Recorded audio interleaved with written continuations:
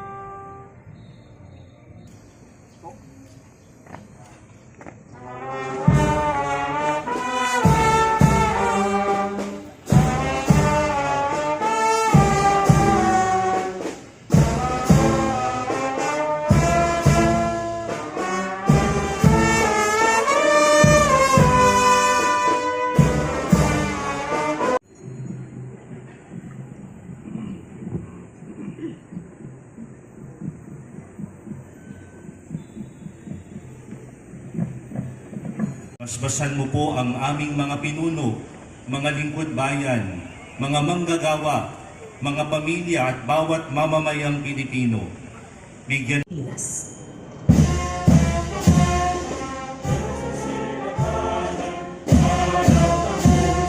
sa dibdib mo'y buhay, upang hinilang, kuya ka nang magitin, sa malulupi, di ka pasisigil, sa dagat at bundok, sa siway at sa langit mong lupa, ay ilagang tula at awit sa paglayang minamahal, ang isa't ng watawat mo'y tagumpay na naniningil, ang bituin at araw ng kayang pangay pag-ibig, luan ang araw ng marami sa sinta, ay langit sa akin mo, ang ligaya ng pagkay malapit, sa mga bayan dahil sa'yo.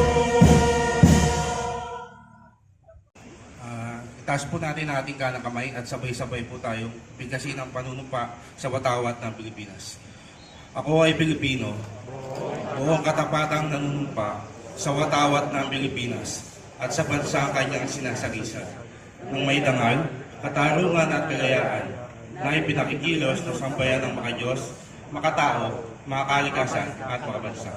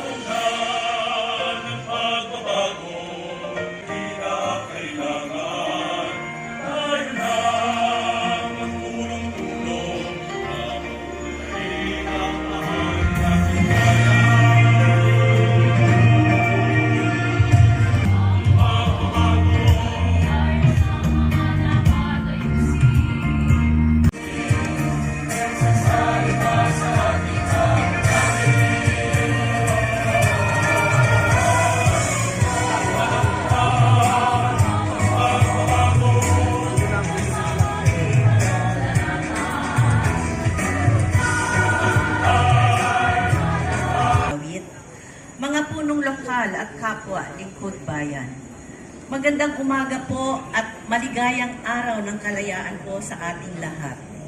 Inaanyayahan dito sa kanlungan ng ating kasarinlan, ang tahanan ni Pangulo Emilio Aguinaldo sa ating pagdiriwang ng ika-128 anibersaryo ng proklamasyon ng ating kalayaan.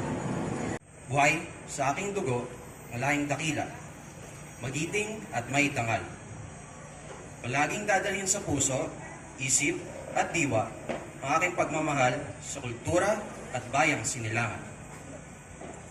Kaysa ng bawat mamamayan, iaalay ko ang aking talino at kasanayan sa pagpapaunlad ng aking bayan. Taglay ang galing na naayon sa mga pandaigdigang pamatayan. Magiging instrumento ako sa pagsulong na tinamasan. Nagising tayo sa katotohanan sa di makatuwirang pagbitay sa mga paring Jose Burgos, Mariano Gomez at Jacinto Zamora. Carries forward a proud legacy as the third generation of public servants. He is a proud graduate of the University of the Philippines, Diliman, earning a bachelor's degree in public administration and sa ating mga kasama sa paglilingkod bayan at opisyal ng pamahalaan, sa pagunguna ng National Historical Commission of the Philippines at mga minamahal kong kapwa Caviteño at Pilipino na naririto ngayon. Isang mapagpalang araw ng kalayaan po sa ating lahat. Today, a nation can receive and the greatest responsibility its people should uphold. Sa ating pagdiriwang ng ika-128 na anibersaryo ng deklarasyon ng ating kasarinlan na may temang kalayaan,